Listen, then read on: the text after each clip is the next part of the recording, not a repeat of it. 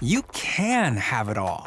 Great pay, awesome benefits, a flexible schedule, the chance to grow. At Cox, we're recruiting auto and diesel technicians to join our Mannheim and Fleet Services teams.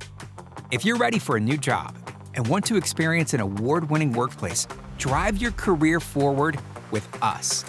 Visit cox.career/autotech to learn more. That's cox.career/autotech. Over the past 75 years, more than 10,000 chemicals have entered our food supply, but the EU allows just 300 additives. At Thrive Market, we prioritize quality, banning over 1,000 ingredients found in conventional grocery stores. Our Healthy Swap scanner helps you find better versions of your pantry essentials without the junk, dyes, or fillers, and everything is delivered right to your doorstep. So shop at a grocery store that actually cares about your health at thrivemarket.com/get started for 30% off your first order and a free $60 gift.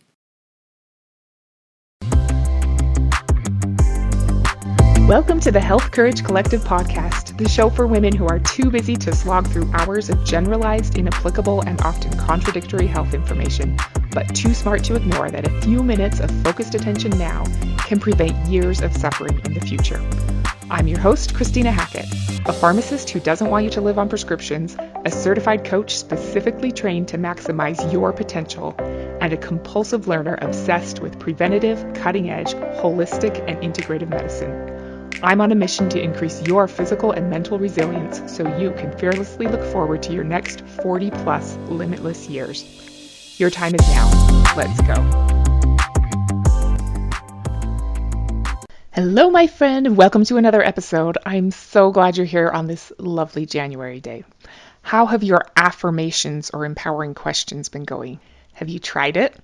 Hopefully, it's an easy and useful tool for you to use to help program your subconscious. Remember, if it's helpful, you can download a free audio file of empowering questions from the link in the show notes to get you started.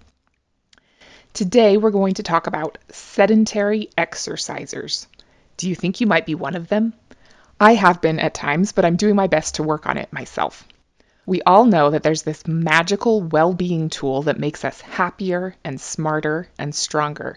It prevents all kinds of illnesses, extends our health span and lifespan through improving our blood sugar control and cardiovascular health. It boosts our metabolism and ability to live the life we want to live. I'm sure you're not surprised to learn that this well-being tool is called exercise. It's fabulous, and we could talk for hours about all the ways it improves your life. That list doesn't include being a good way to lose weight, which is a misconception, but everything else you've heard that is great about exercise is probably true. You don't need me to tell you that your mind and body will be healthier if you exercise regularly.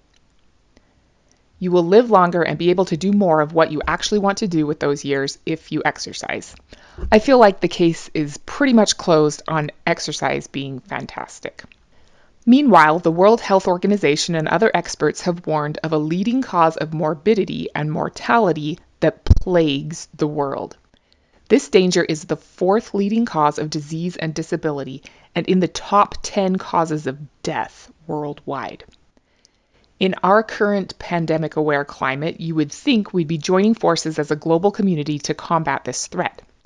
3.3 to 5 million people die every year from this health hazard. That's a big deal. Not to downplay the deaths of anyone for any reason, or to say that we shouldn't be working together as global partners to come up with COVID solutions, because we absolutely should. But COVID-19 caused about 2.6 million deaths worldwide in its first year spreading around the world. That's not okay. But this is something that causes 3.3 to 5 million deaths every single year, year after year. Can you guess what it is? You're so smart. Yes, it's being sedentary. Do you remember from back in the nitric oxide episode how the guy who won the Nobel Prize for discovering nitric oxide, Louis Ignarro, said that it is suicidal to be sedentary? That statement is frighteningly true.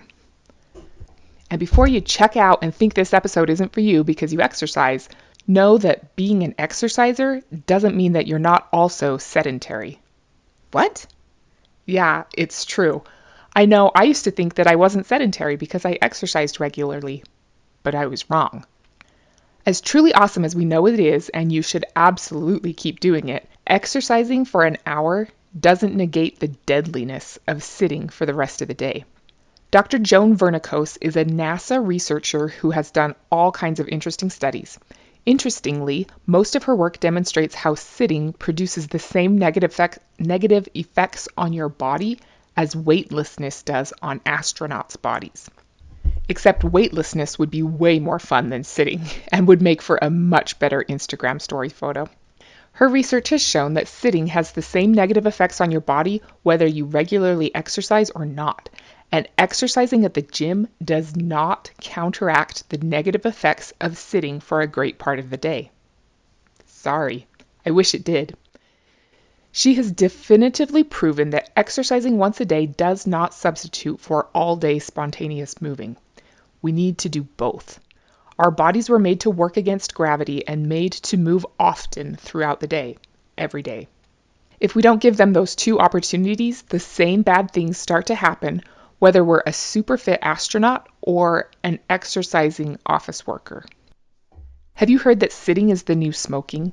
What does that actually mean? Dr. Joan Vernikos says, quote, "Sitting is now considered an independent risk factor for many chronic diseases as well as for premature death. Even if you smoke like a chimney or are a heavy drinker or both, it's actually the constant sitting that will do the most damage." End quote. Wow, I would never even consider smoking like a chimney or becoming a heavy drinker, so why would I ever sit for hours at a time? Well, it's the easy and normal thing to do. This is one of the areas where not being normal might take a little more ingenuity in behavior design, but the payoff is massive. It would be like quitting smoking or quitting drinking, except without the withdrawals or support groups. Maybe we could start a Sitaholics Anonymous group and you could have a sponsor who would come push you out of your chair periodically. That could be fun, especially if you're the sponsor. Chairs, one of our most ubiquitous furniture pieces, used to be rare. We used to squat or kneel rather than sit. It wasn't until the 17th century that chairs became common in the Western world. Now we sit to work, sit to eat, sit in our cars, and finish the day sitting on the couch. It's easier than ever to sit all the time. This keeps making me think of the movie WALL-E and all the people in their floating chairs. A great deal of studies have shown that the more we sit, the greater our chances of dying of heart disease, stroke, cancer, or diabetes. Not only that, but we are more likely to get back and joint pain, and sitting saps our energy, making us more tired than ever. Inactivity directly causes 2.4% of U.S. healthcare expenditures, or about $24 billion a year, and indirectly causes much more than that. The physiologic changes to our bodies when we sit are similar to those of astronauts in zero gravity, which are both similar to those of elderly people. Sitting accelerates the aging process on your body, even if you're a regular exerciser. The main cause of these problems is gravity deprivation. When you sit or lie down, you are underusing the valuable body strengthener called gravity. I've never thought about how I underuse or undervalue gravity before. Just another thing I've been taking for granted all these years, I guess. On Earth, we lose roughly 1% of our bone density a year. It doesn't have to be that way, remember our old friend vitamin K2. But 1% per year loss is average. In space, astronauts lose as much as 1% in a week. Their muscles become weaker, their immune systems are suppressed, and their sleep is disturbed. When they return from space, they have less stamina, they shuffle when they walk, and they lose their sense of balance. All because they've missed out on the benefits of gravity on their bodies. These are the same things that happen to us when we sit for an hour or more. While it's clear that exercising improves your overall health, study after study shows that reducing the amount of time you spend consecutively sitting has more of an influence on your health than exercising. As little as 1 to 2 hours of consecutive sitting can reduce your ability to regulate your blood sugar and increase your risk for cancer, diabetes, and cardiovascular disease, even if you're someone who exercises regularly. In her book, Move Your DNA, Katie Bowman tells us that we have 15 to 70 trillion cells in our body, almost every one with a receptor tied to our movement, or lack thereof. This is one of the reasons that astronauts' health plummets once they leave gravity. They lose the force of gravity on all of those cells. Katie Bowman is an epigeneticist who says that most epigeneticists are missing one of the biggest variables in our gene expression. Remember that we have our set genes, but what turns certain genes on and off is called epigenetics. While we can't change which genes we inherited, we can have a huge influence on the expression of those genes. Our environment and choices make a bigger difference than what genes we inherit. Katie says, quote, "Of course, diet, stress, and environmental factors can all change the expression or physical outcome of your DNA. But it is my professional opinion as a biomechanist that movement is what most humans are missing more than any other factor, and the bulk of the scientific community has dropped the ball. With respect to disease, the human's internal mechanical environment has been the least discussed environment of all. A staggering oversight when almost every cell in your body has specialized equipment just to sense the mechanical environment. Every single thing our bodies do requires movement, initiated by our musculoskeletal system, to be performed with ease. Digestion, immunity, reproduction, all of these functions require us to move. You can eat the perfect diet, sleep 8 hours a night, and use only baking soda and vinegar to clean your house, but without the loads created by natural movement, all of these worthy efforts are thwarted at a cellular level, and your optimal wellness remains elusive." End quote. We don't want our optimal wellness levels to remain elusive. We can only be our healthiest and turn on the genes we want on and turn off the genes we want off if we move. Katie Bowman also says that the first step to radically improving your health is to let go of the notion that movement is exercise. To move your health forward, it is essential to mentally rearrange the relationship between movement and exercise in your mind. This is an important point. We really, truly are designed to move all day, every day. When we say to move, that doesn't necessitate putting on your Lululemon leggings and a high-impact sports bra. Think about movement as a big circle. Included in that circle is exercise, but also a ton of other things. Anything that requires you to move your body in space, especially against the force of gravity, is good for you. Movement transcends and includes exercise. In my Optimized Coach training program, we talk a lot about looking for OTMs, which stands for opportunities to move. Seek them out and embrace them. Where should I park? OTM. Husband asks you to buy a 40-pound bag of water softener salt while you're at Costco. Buy 4 instead because OTM. Forget what you went downstairs to get? Great. You'll have to come back down here again once you remember. OTM. So good for you. I encourage you to look for OTMs throughout your day. Can you walk while making phone calls or waiting on hold? Can you dance while cooking dinner? Or wash the dishes while standing on one leg? Contrive them if you have to, but they don't need to take up any more time during your day. So, what do you do if you have a desk job? There are certainly creative solutions like treadmill desks and exercise balls instead of chairs. Go for it if you want to, but you don't have to spend $1,800 on a desk to avoid the scary consequences of sitting. Remember that it's sitting for long stretches of time that's so bad for you, so the solution is pretty obvious. Stand up sometimes. Work against your new friend, gravity. The optimal time to not sit longer than is 20 minutes. If you can stand up every 20 minutes, you'll be much healthier. Some research says 20 to 30 minutes, so you could maybe get away with 30. My coach, Brian Johnson, talks a lot about how he sets a timer on his watch and moves every 16 minutes and 40 seconds, which is equal to 1,000 seconds. He does 10 sets of 11 burpees throughout the day and sometimes hangs from a pull-up bar to train his grip.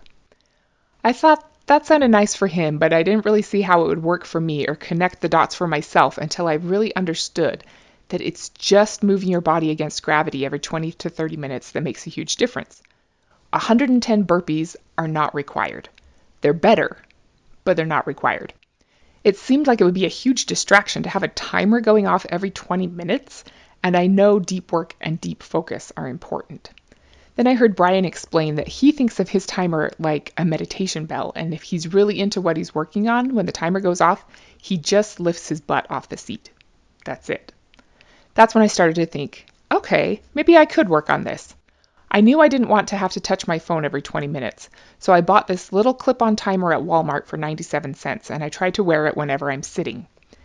20 minutes goes by really fast, but I make sure to get my butt off the seat every time it goes off, no matter what. Sometimes I'll stand up for longer, do a twist, or go for a micro walk. But all that I require of myself is to get my seat off the seat. I do very different things at home when nobody can see me than I do when I'm at work. There are some kickboxing moves and 90s MC Hammer type moves and other embarrassing stuff that I only do at home.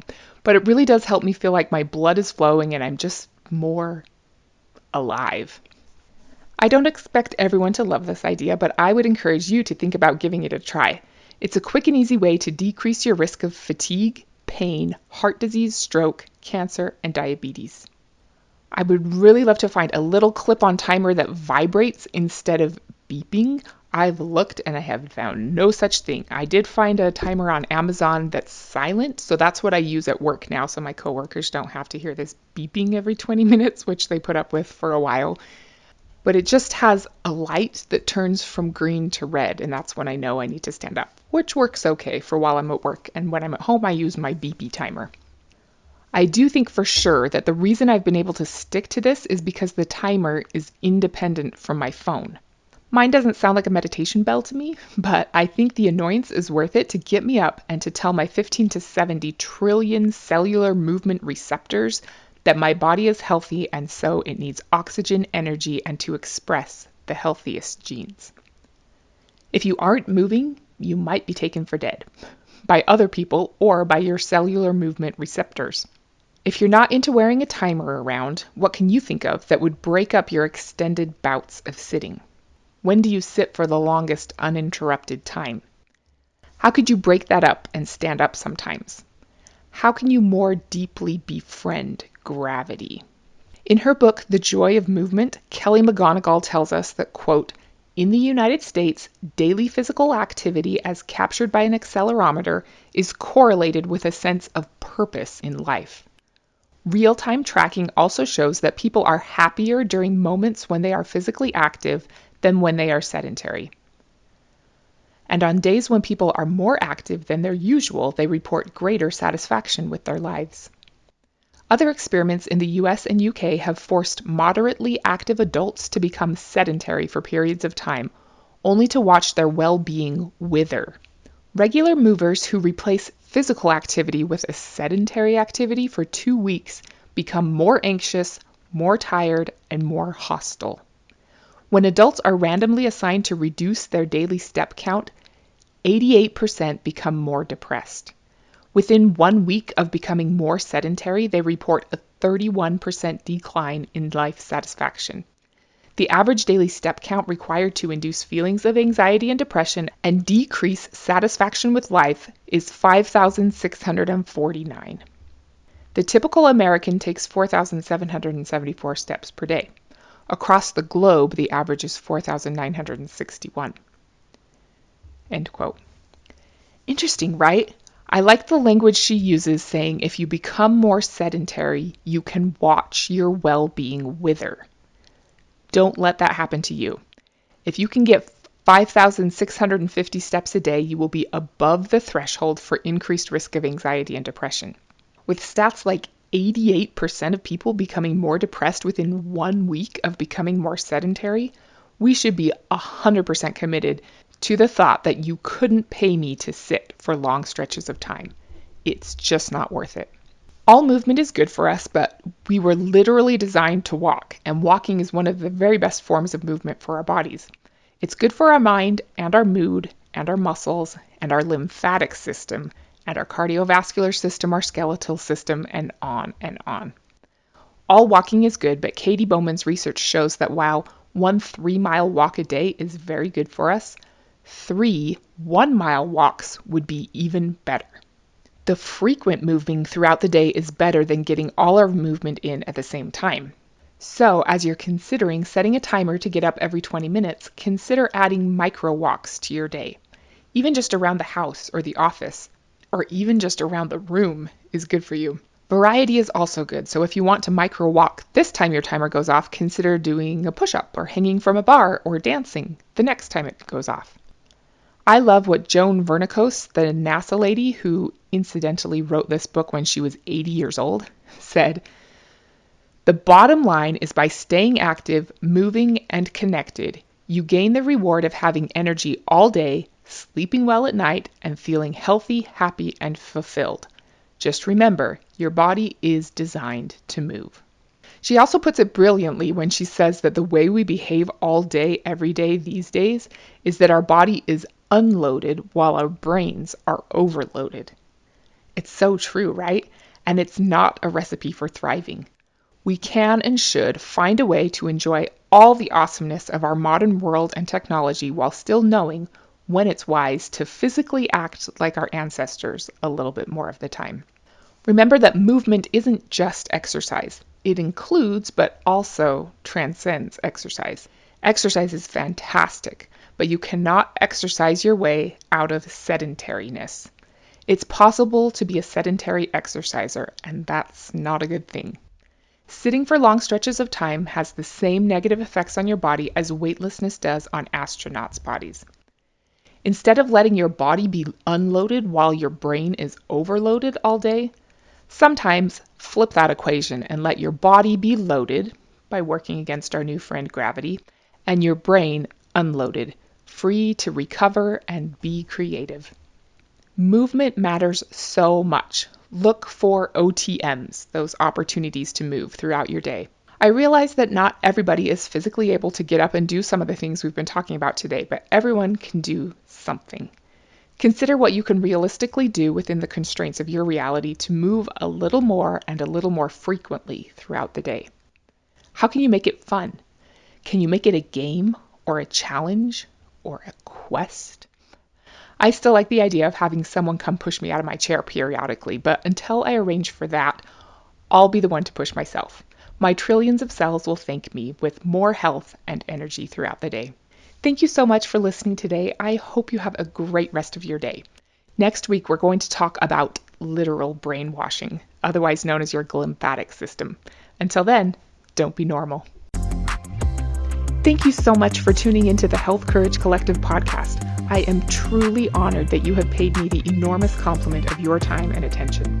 I would be so grateful if you would share this podcast with someone you know and subscribe so you never miss an episode.